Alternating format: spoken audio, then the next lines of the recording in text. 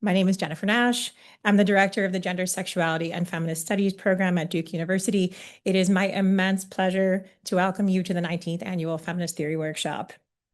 You just saw the premiere, or as we call it, the world premiere, of the film project that this year's graduating GSF seniors completed during their capstone course. The students were tasked with interviewing former program directors, current faculty, and other key figures who've been central to GSF's institutional life. They were asked to learn more about the work of program building, the decisions made about what constitutes necessary knowledge for an undergraduate degree or a graduate certificate in the field, the negotiations to secure faculty lines and office space, the everyday and seemingly banal business of institutional life that is often unnoticed and utterly essential. What the students produced is a visual archive of the monumental effort that went into making and maintaining this program. The work, the dreaming, the fundraising, the negotiating, the meetings, the alum outreach, the emails. My hope is that this archive of effort might be some response to a prevailing cultural ethos of destruction. Against the wrecking ball of the present moment, our students were asked not simply to remember and to commemorate, but to mine the past for the strategies that we used to secure an institutional foothold. So I want to recognize our students, especially the one who's in the room who I've asked to stand up, Lily Babcock.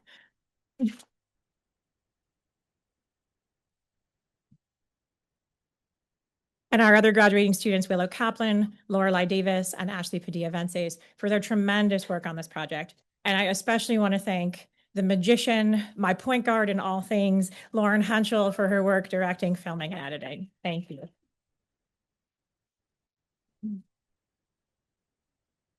Over the course of making their film, our students learned that this gathering, the Feminist Theory Workshop, has been one of our department's central commitments. For 19 years, the Feminist Theory Workshop has hosted leading feminist scholars, including Jasbir Puar, Kevin Quashie, Lauren Berlant, Farah Jasmine Griffin, Jennifer Morgan, Patricia Williams, Neferti Tadiar, Catherine McKittrick, and Christina Crosby. This year, we welcome Anne Chang, Erica Edwards, Sarah Haley, and Jane Ward. Yay. I am terribly sorry that Hortense Spillers couldn't join us this year, and I extend my immense gratitude to Sharon Holland, Samantha Pinto, Jerba Mitra, and Jillian Hernandez for their willingness to share their distinct perspectives on the crises in higher education during our closing roundtable tomorrow. From its inception, this gathering has been not just a conference, but a workshop, a space for thinking across field, location, and institution, across discipline and method. It has been a space for what Kevin Quashie has called study, what he describes as the, quote, slow and deliberate work of paying attention. It has been a place where the complexity of feminist theories are debated and discussed, where students and faculty collectively engage and at times collectively struggle with feminist theories in their multiplicities and incommensurability. We have kept accessibility as a cornerstone of this conference. Registration is free, and the entirety of the event, including breakout rooms, unfolds online as well, allowing participants from around the world to access the event. Until this year, we hosted a vibrant international travel awardees program where doctoral students and postdoctoral fellows from around the world gathered here for the conference. This year, when we could no longer guarantee anyone safe entry into this country, we had to pause that program. I mark here the magnitude of that loss and the immensity of my longing for a time when we can return to welcoming our international travel awardees to FTW in person. Though FTW has never had an organizing theme, this year I asked our speakers to think about connecting their talks to the keyword crisis. I realize now, though, that crisis is too small a word for the moment we inhabit, one where multiple intersecting catastrophes now constitute the conditions of daily life. It is hard for me to wrap my mind around the horrors that have become part of the fabric of the ordinary, from the gutting of higher education to the wholesale attack on transgender people, to the federal government's mass deportation campaigns, to the elimination of affirmative action and the attacks on the necessary institutional project of inclusion, to the targeting of gender and sexuality studies, Black studies, and critical ethnic studies as dangerous knowledge. Patricia J. Williams writes, quote, "The Republic teeters on a tightrope wire strung between dangerously polarized notions of public and private, of service and profit, of civil governance and corporate oligarchy, of hospitality and hate, and of belonging and exile." Or perhaps we teetered in the moment she wrote that sentence, which was December 2024, Now it seems to me we have entirely landed in a world governed by precisely what worried Williams and more: dishonesty and post-truth, xenophobia and cruelty, and of course, rampant misogyny. We need only drop a footnote to reference the ongoing revelations about the entanglements of powerful people and powerful institutions, including higher education institutions, with sexual predator Jeffrey Epstein. For those of us in gender and sexuality studies, precarity is, of course, nothing new. Many of our programs and departments have faced various forms of institutional insecurity from our inception, whether in the form of the denial of tenure lines or the denial of departmental status. For many units, faculty growth was largely restricted to joint appointments, secondary appointments, or what Dale Bauer called a culture of enforced volunteerism. Faculty built gender and sexuality studies programs out of political and intellectual commitment, and often as a second or a third job. Bauer famously diagnosed this as the second shift of women's studies, thinking with Arlie Hochschild, one marked by the, quote, double share of committee appointments and the double load of meetings and assignments that marked the lives of jointly appointed faculty whose surplus labor, sheer enthusiasm, and commitment built our field. Jafari Allen's recent description of Black studies as a field where, quote, structural vulnerability was built into the system from the start certainly captures gender and sexuality studies as well. One story of our field's institutional history has been how we have navigated neglect, how we have found a way to continue when we have been understaffed and undersupported, treated as far removed from the academic mission of the university and starved of resources. And even once our units were established, many continued to suffer from either sustained efforts to starve us or the institutional refusal to invest in our future growth. But the moment we're in, as everyone in this room knows, is an assault of a different sort, one that takes not the form of neglect, but instead of explicit targeting. Uncertainty is the prevailing order of the day, and we find ourselves in a moment where we can guarantee nothing about our future survival. Some dispatches from the new normal that I've collected over the last year. In 2024, the Wyoming Senate passed a bill, later rejected by the House, that would have defunded gender studies programs at the University of Wyoming. In November 2025, Texas A&M's regents voted to limit how faculty can discuss gender identity and race in their classrooms. They unanimously supported a proposal that no courses, quote, will advocate race or gender ideology or topics related to sexual orientation or gender identity without a campus president's approval. This came 2 months after a lecturer was fired for teaching about gender identity in her Literature for Children course. That same month, a professor at Indiana University was suspended after discussing overt, socially unacceptable forms of white supremacy and covert, socially acceptable forms of white supremacy, like the school-to-prison pipeline, colorblindness, and housing discrimination. The complaint filed against the professor was supported by a new state law that requires intellectual diversity at state educational institutions. That law requires institutions to evaluate faculty members on whether they foster a campus culture open to free inquiry and expression, introduce students to a variety of perspectives, and avoid talking about their personal views unrelated to coursework. In January 2026, Texas A&M ended its Women's and Gender Studies program because of, quote, the difficulty of bringing the program in compliance with the new system policies. These policies dictate that no A&M course may advocate race or gender ideology or topics related to sexual orientation or gender identity.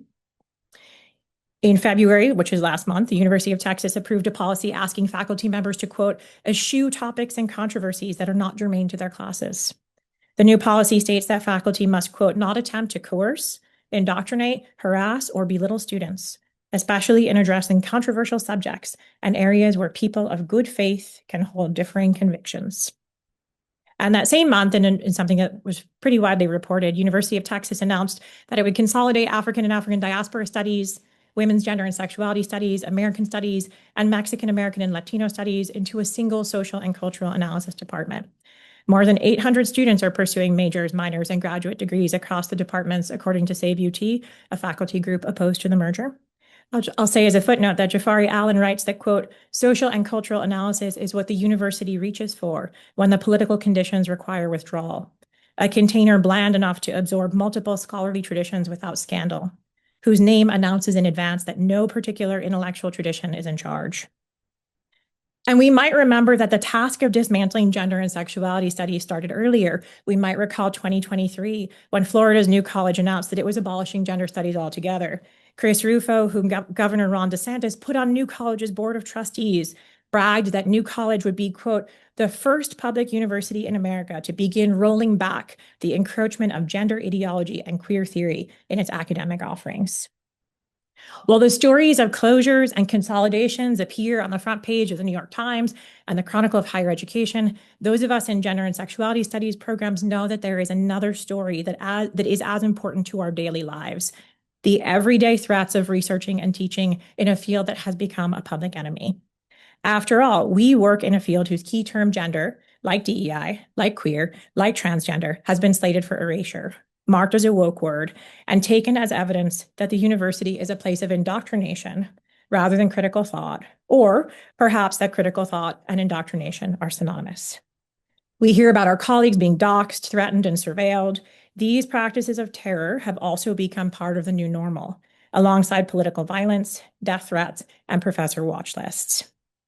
There are now new calculations about what to teach. Perhaps we may think it's time to remove Gail Rubin's Thinking Sex from the feminist theory syllabus.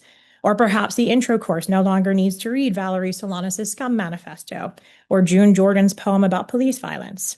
We live and teach and write and work with the fear that a phrase recorded, a syllabus circulated online, anything taken out of context can derail our careers, lead to racist and sexist hate mail, attempts to threaten our job security, and harassment and intimidation. Just last week, the New York Times published an article asking faculty what it feels like to teach in this political climate. An anthropology professor at University of Nevada said, quote, "You feel like an attack can kind of come from anywhere, right? That you can be a target from anyone." How does teaching happen, we might ask, in an environment where faculty rightly feel that they can be attacked at any time? And that's to say nothing out of the other conditions that are part of the new normal, a set of overlapping crises that have shifted the US academy before and alongside the rise of Trumpism. And I'll name just a few. The students in our classrooms were children of the pandemic and remote learning. They struggle with reading and in-person interaction in unprecedented ways. The reading skills of American high school seniors, we are told, are the worst they have been in 3 decades. Only about a third of 12th graders are leaving high school with the reading skills necessary for college-level work, concludes a 2025 National Assessment of Educational Progress.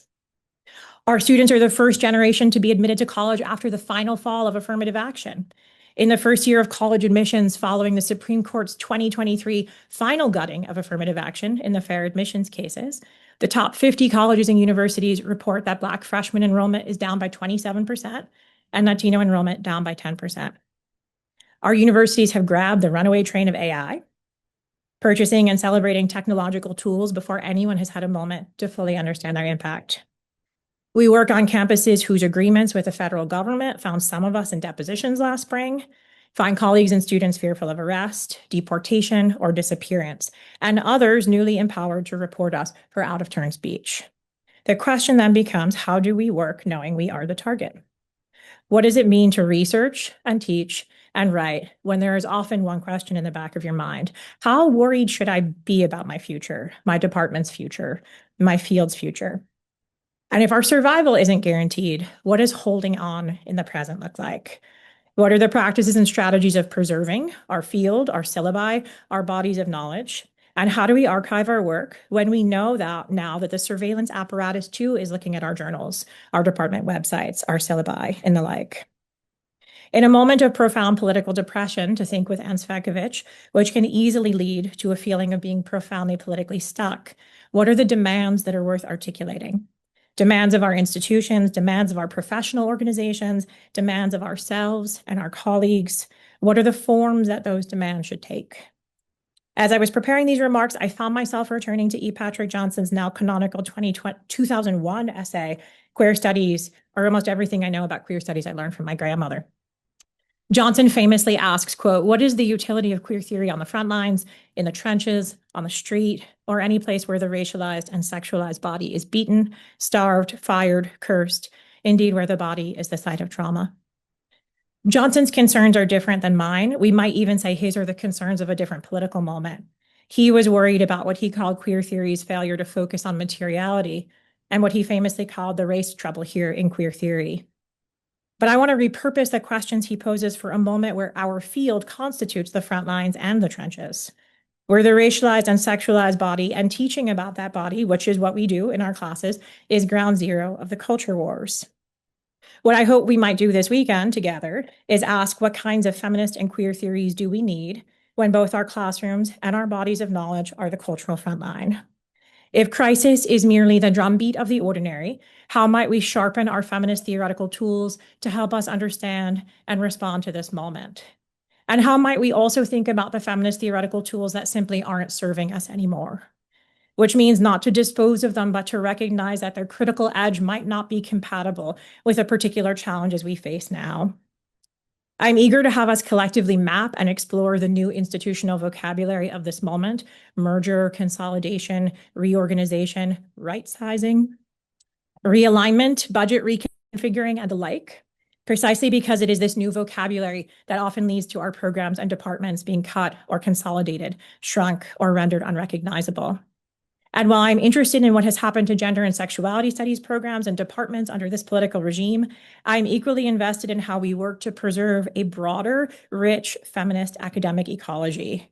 How do we support the host of institutions that are essential for feminist knowledge production? This includes academic journals, scholarly conferences, and university presses, all of which are crucial if we want our field to live on. And I'll give a quick shout out to the Duke University press table that's on the other side of this door. The press, which celebrates its centennial this year, has been central to gender and sexuality studies.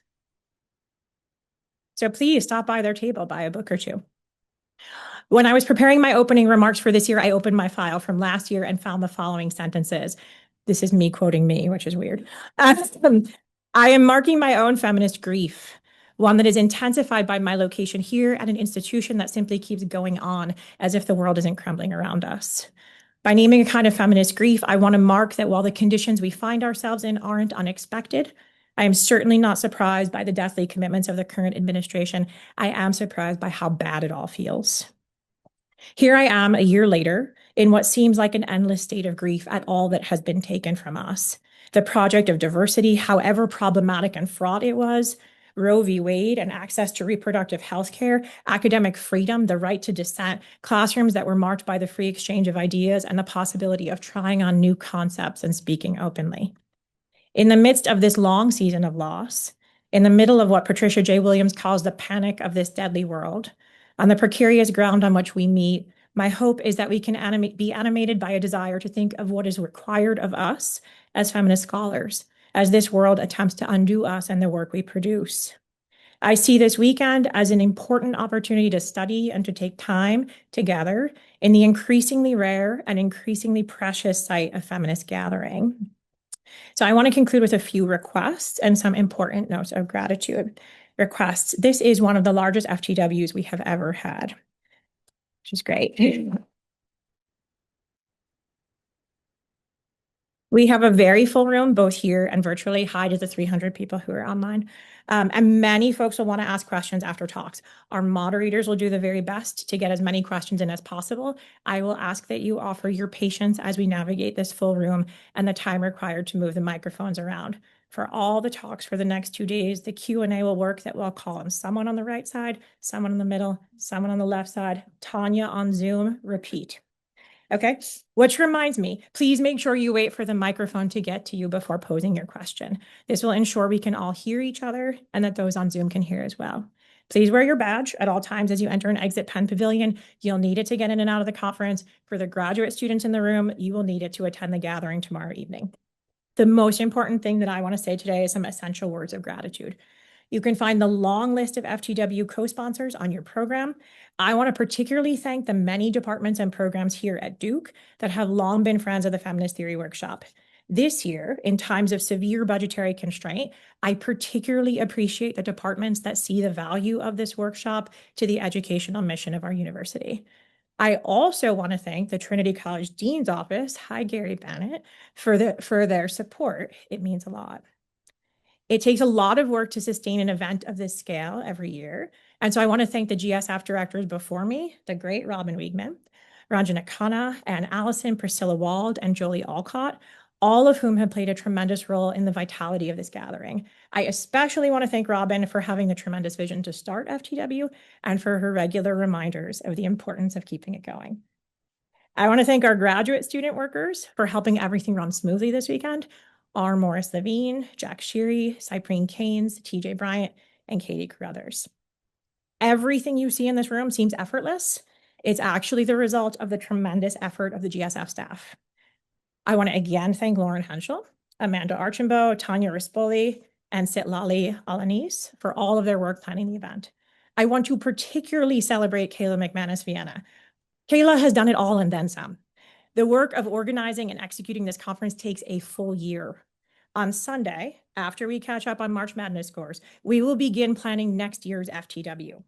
Kayla has approached the year-long process of planning this event with tremendous creativity and a fierce commitment to making these 2 days a time of intellectual renewal and connection. Kayla, thank you is far too small, but it's what I can offer you here. And finally, I want to thank my colleagues in the Department of Gender, Sexuality, and Feminist Studies. FTW is a team effort. It requires the commitment of our entire faculty. So thank you to Frances Hasso, Kimberly Lamb, Nikki Lane, Gabe Rosenberg, Anna Storty, Nikki Washington, Kathy Weeks, and Ara Wilson. And thank you also to our secondary faculty who show up for us consistently, support our work, and participate in our intellectual community. And now it is my joy to say, let's begin. I would like to turn over the podium to my colleague, Priscilla Wald.